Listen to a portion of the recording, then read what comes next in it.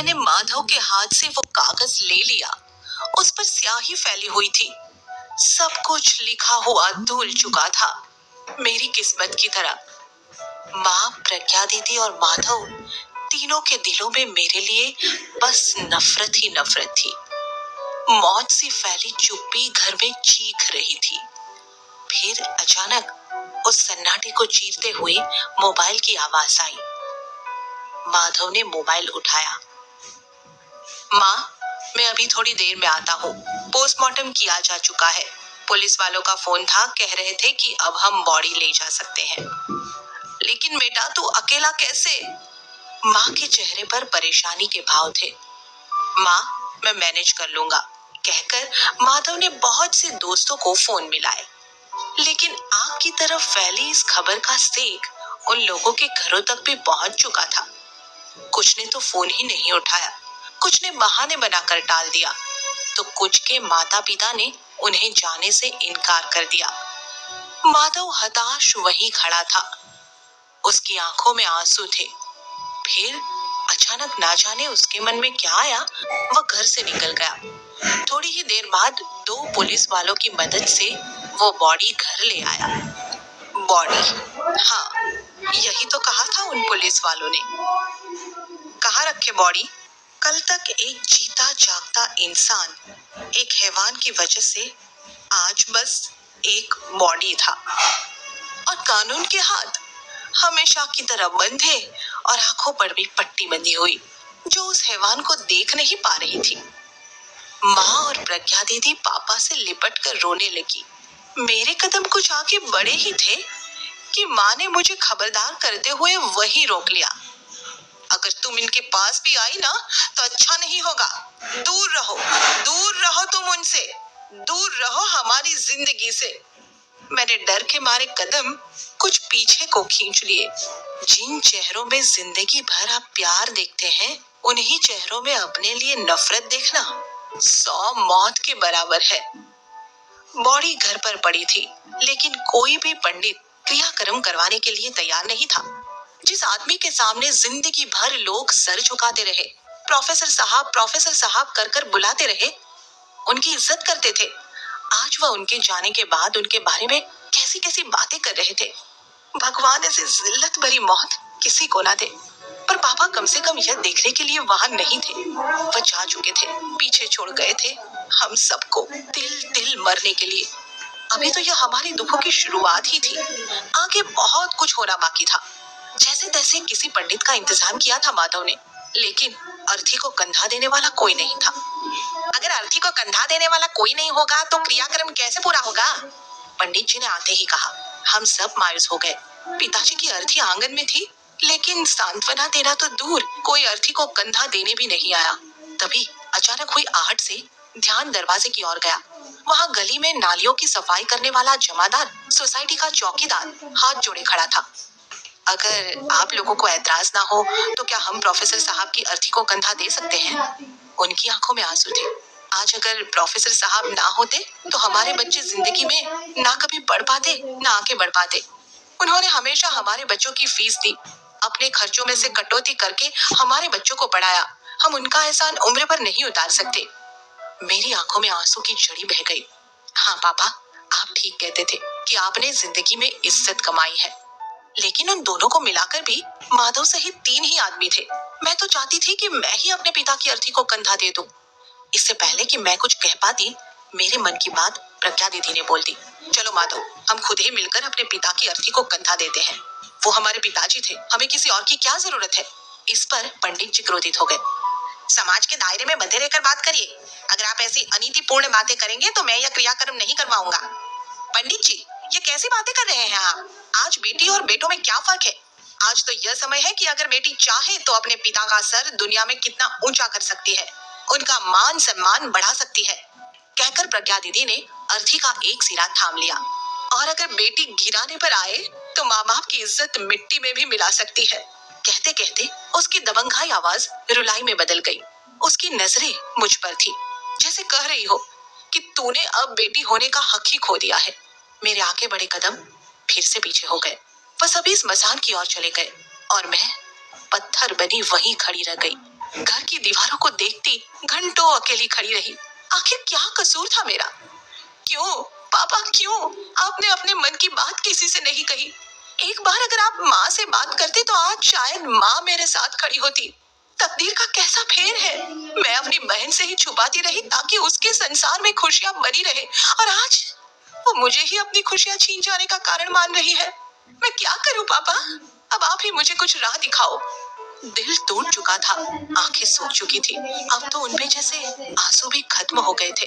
मैं दीवार के साथ सटकर वहीं नीचे बैठ गई। थोड़ी ही देर में माँ, माधव और प्रज्ञा दीदी लौट आए।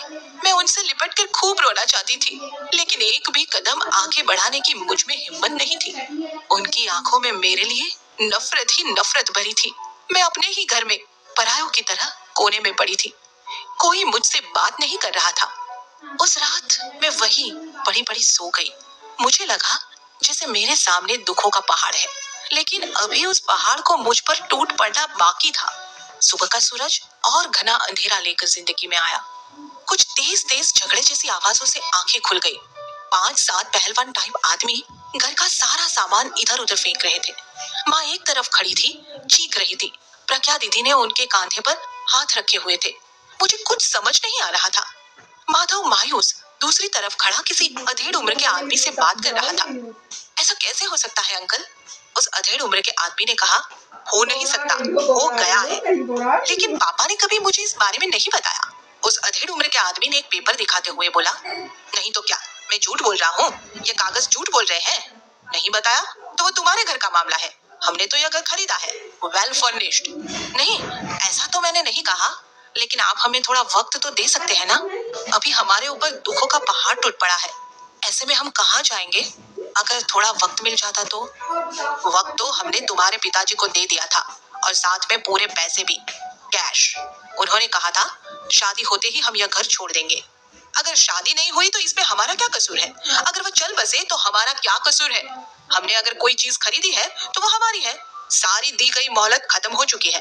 अब आपको यह घर छोड़ना ही पड़ेगा। उनकी बात सुनते ही सारी बात मेरी समझ में आ गई। हाँ, पापा की फाइल में मैंने मकान बेचने के कागजात देखे थे। माधव को बड़ी ही गंभीरता से उनकी तरफ उनके साथ बात करते हुए देख मैं हैरान थी। कैसे हमारा छोटा सा भाई आज इतना बड़ा हो गया? सच है, जब तक पिता का साया सर पर होता है, बच्चे बच्चे रहते हैं। पिता का साथ ही सारा बचपन होता है। बचपना होता है, नादानियां होती है, गलतियां होती है, शरारतें होती है। हाँ, पिता सूरज की तरह होता है, गरम, लेकिन अगर एक बार जिंदगी में ढल जाए तो अंधेरा ही अंधेरा छा जाता है। मैं अभी वहीं खड़ी अपनी ही सोच में गुम थी। हमें डरा धमकाकर वह लोग अब घर से जा चुके थे। माधव ने उनसे शाम तक का वक्त मांग लिया था। अब हम क्या करेंगे माधव? अब मैं अपने आप को रोक नहीं पाई और माधव की ओर बढ़ गई। हम क्या करेंगे वो हम सोच लेंगे, तुम्हें सोचने की जरूरत नहीं। तुम बस अपनी फिक्र करो। वैसे तुम्हें फिक्र करने की जरूरत क्या है? तुमने तो सोच ही रखा होगा कि आगे क्या करना है। प्रज्ञा दीदी ने गुस्से में मेरी तरफ देखकर आंखें टेढ़ी। माँ ने प्रज्ञा दीदी को रोकते हुए कहा, इससे बात कर अपना खून क्यों जलाती है बेटा? यह तो वो नागिन है जो अपने परिवार को ही निगल गई। इसे बस अपने से मतलब है। माँ के कहे एक एक शब्द मेरे सीने में लाख सुइयों की जैसे चुभे। थोड़ी ही देर बाद माँ, प्रज्ञा दीदी और माधव घर में से ले जाने वाला जरूरी सामान समेटने लगे। मैंने भी अपने कमरे में जाकर अपना कुछ सामान मानना शुरू किया। कुछ कपड़े और सर्टिफिकेट लेकर मैं जल्द ही नीचे उतर आई। माँ, प्रज्ञा दीदी और माधव भी कुछ सामान मानकर जाने के लिए तैयार खड़े थे। अब हम कहाँ जाएंगे माँ? मैंने रुआन सी आवाज में माँ से कहा। तुम्हें हमसे पूछने की क्या जरूरत? तुम्हें तो सहारे देने वाले कई लाखों मिल जाएंगे। अब तो माँ के यह शब्द तीर की तरह मेरे दिल को चीर गए। प्रज्ञा दीदी और माधव के लिए तो जैसे मैं वहाँ थी ही नहीं। वो मुझे इग्नोर करते हुए आपस में बात कर रहे थे। लेकिन माँ, हमें कुछ तो सोचना होगा। प्रज्ञा दीदी की आवाज में बेचैनी थी। देखते हैं बेटा, देखो नियति हमें कहाँ ले जाती है। अपनों ने तो इस मुश्किल की घड़ी में अपना साथ छोड़ दिया है, लेकिन ईश्वर पर मुझे पूरा भरोसा है। हमें कोई ना कोई सहारा जरूर मिल जाएगा। माँ ने प्रज्ञा दीदी को सांत्वना दी। आसमान पर काले काले बादल उमड़ने लगे थे। दीदी, माँ, आप लोग चिंता मत करो, मैं कुछ ना कुछ सोचता हूँ। माधव अपने मोबाइल पर आधा पौना घंटा जाने कितने लोगों से बात करता रहा।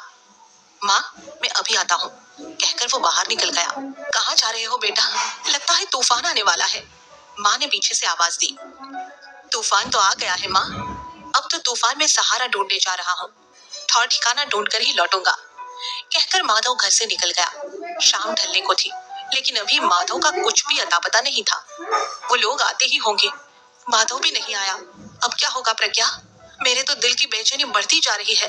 माँ ने प्रज्ञा दीदी के हाथों को जोर से पकड़ लिया। घबराने की जरूरत नहीं माँ, वो आता ही होगा, मैं अभी फोन करती हूँ। पर मेरी घबराहट, मेरी बेचैनी की तो किसी को नहीं पड़ी थी। मेरी तो माँ, जिसकी कोख से मैंने जन्म लिया, वह भी मुझे समझ नहीं पा रही थी। अपनों के बीच ही गैरों की तरह बैठी थी मैं। मुसीबत की घड़ी में अगर अपने साथ हो तो मुसीबत का सामना करने की शक्ति मिलती है, लेकिन उसी मुसीबत की घड़ी में जब आपके अपने आपके सामने हो, आपको ही सारी मुसीबत की जड़ समझ रहे हो, आपसे बात तक ना कर रहे हो, तो सोच सकते हो कैसा लगता होगा। इंटरव्यू देते देते एक बार फिर से मल्लिका बनाम संस्कृति का दिल भर गया। सूरज निरुत्तर था, वह कुछ भी नहीं कह पाया। इस बार उसकी आंखें भी गीली हो चुकी थी। वह सर झुकाए मल्लिका के सामने बैठा हुआ था।